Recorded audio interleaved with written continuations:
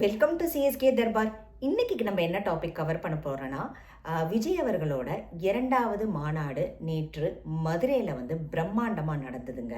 அதை பற்றி தான் நம்ம இன்னைக்கு ஒரு ஜிஸ்டாக பேச போகிறோம். நம்ம யூஸ்வலாக நம்ம சேனலில் அரசியல் பற்றி அவ்வளோவா கவர் பண்ண மாட்டோம். ஒன்லி சினிமா சம்மந்தமாகவும், அப்புறம் நான் ஏதாவது ட்ராவல் விளாக் பண்ணேன்னா அதை பற்றி தான் நிறையா கவர் பண்ணுவோம். இது ஏன் நான் மெயினாக பேசணும்னு நினச்சேன்னா, நேற்று தான் நம்ம விஜயகாந்த் அவர்களோட பர்த்டே எபிசோட் பண்ணினோம். நம்ம விஜய் அவர்களும் அவரோட மாநாட்டில் விஜயகாந்த் பற்றியும் எம்ஜிஆர் அவர்களை பற்றியும் சொன்னதுனால அது நம்ம சரி இதை பற்றி பேசலாமே அப்படின்னு சொல்லிட்டு பேசினோம். நம்ம ரொம்ப இன்டெப்த்தாலாம் போய் பேச போகிறது கிடையாது, ஒரு ஜிஸ்ட் மாதிரி தான் பேச போகிறோம். இந்த ஃபஸ்ட்டு விஜய் அவர்களோட டிவிகே மாநாடு விக்கிரவாண்டியில் நடந்ததுங்க. அதுவுமே பிரம்மாண்டமான மாநாடு, நல்ல க்ரௌடு வந்தது. 2வது மாநாடு மதுரையில் நடந்தது. நேற்று ஆகஸ்ட் 21 மதுரையில் நடந்தது. இதுக்குமே பயங்கர மேசிவ் க்ரௌடு. விக்கிரவாண்டியில் வந்ததை காட்டிலையும் கொஞ்சம் அதிகமான மக்களே கூடினாங்கன்னே சொல்லலாம். நல்லா ஆர்கனைசர்ஸும் ஓரளவுக்கு நல்லாவே அரேஞ்ச் பண்ணியிருந்தாங்க. எப்படியெல்லாம் அரேஞ்ச் பண்ணியிருந்தாங்கன்னா, மேலே நல்ல வெயில், பயங்கர வெயில், எல்லாரும் கர்ப்பிணி பெண்கள் குழந்தைங்களோட வர வேணான்னு சொன்னாலும் நிறைய பேர் அவங்களோட வந்திருந்தாங்க. இவங்க என்ன பண்ணியிருந்தாங்கன்னா, ட்ரான் மூலியமாக அந்த நல்ல சில்லுன்னு தண்ணியை ஸ்ப்ரே பண்ணுறது, அது ஒன்று நல்லா இருந்தது. அதுக்கப்புறம் சாப்பாடு நிறையா வழங்கிட்டே இருந்தாங்க, அங்கங்கே வச்சு ஸ்டால் மாதிரி வச்சு. அது ஒன்று. 3வது குழந்தைங்க, ரொம்ப குழந்தைங்களாம் சுருண்டு விழுந்துடும்னு சொல்லிட்டு ஆர்கனைசர்ஸ் அவங்க பேரண்ட்ஸ் எல்லாத்தையும் கூட்டி போய் வேறு இடத்துல சேஃப் கார்ட் பண்ணிட்டாங்க. ஸோ இதெல்லாம் இந்த ஏற்பாடெல்லாம் டிவிக்கே அந்த ஆர்கனைசர்ஸ் பண்ணியிருந்தாங்க. அப்புறம் விஜய் அவர்கள் வந்தார். பயங்கர கிளாப்ஸு, பயங்கர கரகோஷத்தோடு தான் விஜய் அவர்கள் மேடை ஏறினார். விஜய் அவர்கள் முதல் பேசின இதுவே சிங்கத்தை ஓட தான் ஒப்பிட்டு பேசினார். சிங்கம் வேட்டையாட மட்டும்தான் வரும், சும்மா வேடிக்கை பார்க்க வராது அப்படிங்கிறதோட அவரோட உரையை ஆரம்பித்தார். அதுக்கப்புறம் மதுரையில் தான் மாநாடு நடந்தது, 2வது மாநாடு. ஸோ மதுரையை பற்றி ரொம்ப பெருமையாக சொன்னார். இங்கே மதுரை மக்கள் மிகவும் நல்லவர்கள், அதே சமயத்தில் இங்கே ரொம்ப ஜல்லிக்கட்டு, வைகை, இதை பற்றி எல்லாமும் கொஞ்சம் கவர் பண்ணினார். அந்த ஊரில் உள்ள எல்லா ஸ்பெஷாலிட்டிஸும் அவர் கவர் பண்ணினார். அதுக்கப்புறம் அவரோட டாக்ல முக்கியமாக 3வது விஷயமா என்ன இருந்ததுன்னா, மதுரையில் தான் எம்ஜிஆர் அவர்கள் 1967 அண்ட் 77 ஒரு, அதாவது அரசியல்லையே ஒரு மாற்றம் விளைவிச்ச வருஷம் அந்த வருஷம் அப்படிங்கிறதையும் கவர் பண்ணினார் அவர் அது மாதிரி 2026 ஒரு அரசியலில் பெரிய மாற்றம் வரும் அப்படிங்கிறத சொன்னார் அவர் எம்ஜிஆர் அவர்களை நான் பார்த்தது கிடையாது, ஆனால் அவர் தான் என்னோட குரு அப்படின்றதையும் சொன்னார். அதே மாதிரி இதையும் சொன்னார் விஜய். ஆனால் எம்ஜிஆர் அவர்களை பார்த்தது கிடையாது, அவர் கூட பழகிறதுக்கு சான்ஸ் கிடைக்கல, ஆனால் விஜயகாந்த் அண்ணா அவர்கள் கூட எனக்கு பழகிறதுக்கும் சான்ஸ் கிடைச்சிது அப்படின்னு சொன்னாங்க. அவர் தான் அவரையும் அரசியல் குருவாக ஏற்பதாக அவர் அந்த மேடையில் தெரிவித்தார். அதை எல்லாருமே உடனே பிரேம்லதா, விஜயகாந்த் அவர்களோட மனைவி பிரேம்லதா அவர்கள்ட்டையும் எல்லாரும் நேற்றே கேட்டாங்க, இந்த மாதிரி அரசியலில் அவர் தான் தலைவர்னு சொல்கிறாங்களே, நீங்கள் என்ன நினைக்கிறீங்க அப்படின்னு சொல்லிட்டு கேட்டாங்க. அதுக்கு அவர்களும் ரொம்ப அழகாக பதில் சொல்லியிருந்தாங்க. அவர் விஜய் அவர்கள் யூஸ்வலாக நீங்கள் விஜயகாந்த் படம்லாம் பார்த்துருந்தீங்கன்னா அதில் சின்ன வயசு விஜயகாந்த் அவர்களாக விஜய் அவர்கள் தான் நடிப்பார். ஸோ அதை தான் அவங்களும் சொல்லியிருந்தாங்க. 17 படம் சேர்ந்து நடிச்சிருக்காங்க விஜயும் விஜயகாந்த் அவர்களும். அதனால அவர் அவர் அவர் அண்ணானா விஜயகாந்துக்கு அவர் தம்பி தான் அப்படின்னு சொல்லி அந்த மாதிரி மட்டும் சொல்லிட்டு அவங்க தன்னோட உரையை முடிச்சுக்கிட்டாங்க. மற்றபடி அரசியலை பற்றி தாண்டியெல்லாம் அவங்க பேசலை.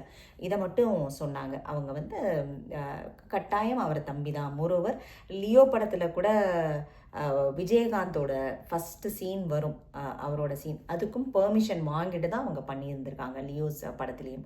ஸோ அதையும் அவங்க மென்ஷன் பண்ணியிருந்தாங்க. ஸோ அதுதான் அவர் சொல்லியிருந்தார். எம்ஜிஆரையும் விஜயகாந்த் அவர்களும் எனக்கு தலைவர் அப்படிங்கிற மாதிரி சொல்லியிருந்தார். அவரோட போஸ்டர்ஸ்லேயே பார்த்தீங்கன்னா, விஜய் அவர்களோட போஸ்டர்ஸ்லேயே பார்த்தீங்கன்னா, ஒரு பக்கம் அண்ணாதுரை இருக்கார், இன்னொரு பக்கம் வந்து எம்ஜிஆர் அவர்கள் இருக்காங்க. ஸோ அவங்க 2 பேர்த்தோட கொள்கையை தான் நான் மெயினாக ஃபாலோ பண்ணுறேன் அப்படிங்கிற மாதிரி சொல்லியிருந்தார். அதுக்கப்புறம் சோஷியல் ஜஸ்டிஸு அண்டு ஈக்குவாலிட்டி தான் அவங்களோட முக்கியமான ப்ரையாரிட்டி அப்படிங்கிறத சொல்லியிருந்தாங்க. அதுக்கப்புறம் இதுவும் கவர் பண்ணியிருந்தார். மெயினாக நம்ம ரொம்ப இன்டெப்த்தாக அரசியல் பற்றி பேச வேணாங்க. ஸோ நான் பேசலை.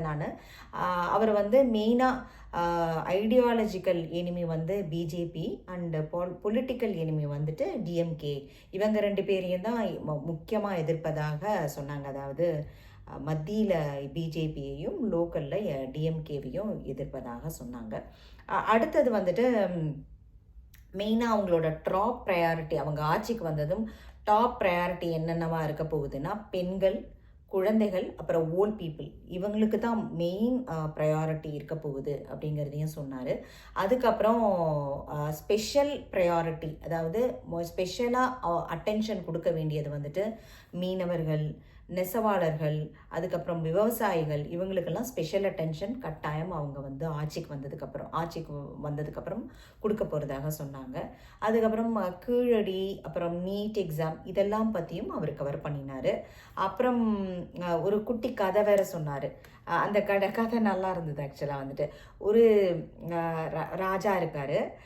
அவருக்கு வந்து தளபதி வேணும், தளபதியை ஹையர் பண்ணணும். ஸோ தளபதியை ஹையர் பண்ணுறதுக்கு எல்லாம் நோட்டீஸ் விட்டாங்க. 10 தளபதிக்கு அப்ளிகேஷன் போட்டிருக்காங்க.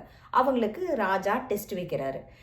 டெஸ்ட் வைக்கவும் என்ன பண்ணுறாங்கன்னா, எல்லாத்துக்கும் எப்படி டெஸ்ட் வைக்கிறாரு, ஒவ்வொருத்தருக்கும் ஒரு விதையை கொடுத்து யார் அதிகமாக நீங்கள் வந்துட்டு வளர்த்து இந்த விதையிலேருந்து அதிகமாக வளர்த்து கொண்டு வரீங்களோ அவங்க தான் என்னோட தளபதி அப்படின்னு சொல்கிறாரு. ஸோ எல்லாரும் விதையை போட்டு விதைக்கிறாங்க. அந்த நாள் வருது, அவர் வந்து இது பண்ணுறாங்க. ஒருத்தர் வந்து 10 பேரில் ஒருத்தர் வந்து பயங்கர 6 உயரத்துக்கு வளர்த்துருக்காரு, இன்னொருத்தர் இது வரைக்கும் வளர்த்துருக்காரு, இன்னொருத்தர் ட்ரீ சைஸ்க்கு வளர்த்துருக்காரு, இன்னொருத்தர் குட்டையாக வளர்த்துருக்காரு, இந்த மாதிரி வளர்த்துருக்காங்க. ஒருத்தர் மட்டும் விதையை கொண்டு வந்துட்டு ராஜா எனக்கு விதையில ஒன்றுமே வரலை, நானும் தண்ணி ஊற்றி பார்த்தேன், இது போட்டு பார்த்தேன், என்னென்னமோ உரமெல்லாம் போட்டு பார்க்குறேன், விதையிலேருந்து வரவே இல்லை ஒன்றுமே, இவங்க எல்லாரும் 6 உயரத்துக்கு வளர்ந்துருக்கு அப்படின்னு சொல்கிறார். உடனே ராஜா வந்து நீ தான் என்னோட தளபதி அப்படிங்கிறாரு. ஏன் அப்படின்னா மிச்சம் எல்லாருக்குமே அந்த 10 பேர்த்துக்கும் கொடுத்தது வந்துட்டு அவிச்ச விதை, அதாவது ஆல்ரெடி குக்காக இருக்கும் பார்த்தீங்களா, அதாவது அதில் வந்து வரவே வராது, ட்ரீயோ எதுவுமே புல் பூண்டு கூட முளைக்காது. இவருக்கும் அதுதான் கொடுத்துருக்காங்க. ஆனால் அந்த ஒருத்தர் மட்டும்தான் உண்மையாக இருந்திருக்காரு.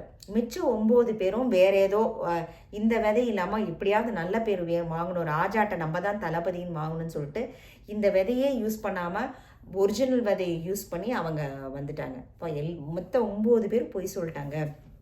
அந்த ஒருத்தர் மட்டும்தான் வந்து உண்மையை சொல்லியிருக்காரு. அதனால் நீ தான் எனக்கு தளபதி அப்படின்னு சொல்லிட்டு அந்த கதை ரொம்ப நல்லா இருந்தது, ரசிக்கிற மாதிரி. மக்கள் தான் வந்து இது ராஜா அப்படின்னு சொன்னார், தளபதி அவர் அப்படின்னு அந்த மாதிரி ஒரு மாதிரி சொல்லியிருந்தார். ரொம்ப நல்லா இருந்தது. அதே மாதிரி நான் வந்து இந்த தமிழ்நாட்டு மக்களில் ஒவ்வொரு குழந்தைக்கும் தாய் மாமன் நான் தான், அண்ணன் நான் தான், தம்பியாக இருந்தாலும் நான் தான் அப்படிங்கிற மாதிரியும் அவர் சொல்லியிருந்தார். ஸோ நல்லது மட்டும்தான் செய்வேன், நல்லது செய்கிறதுக்கு மட்டும்தான் நான் வருவேன் அப்படின்னு சொன்னார்.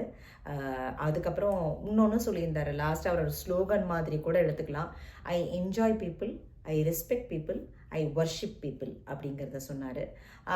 அதுக்கப்புறம் நிறையா என்ன சொல்கிறது, நிறையா டிஎம்கே அண்ட் பிஜேபியை பற்றி நிறைய பேசினாங்க. அதை பற்றி நம்ம ரொம்ப அரசியல் பற்றி பேச போகிறதில்ல. அவர் சொன்ன விஷயங்களை வந்து நம்ம வந்து ஒரு பாசிட்டிவ் நோட்ஸ் மட்டும் நம்ம வந்து ஜிஸ்டாக எடுத்து பேசியிருக்கோம். நீங்களும் விஜய் அவர்கள் பேசினதை இன்கேஸ் பார்க்கலன்னா போய் பாருங்கள். தேங்க்ஸ் ஃபார் வாட்சிங்.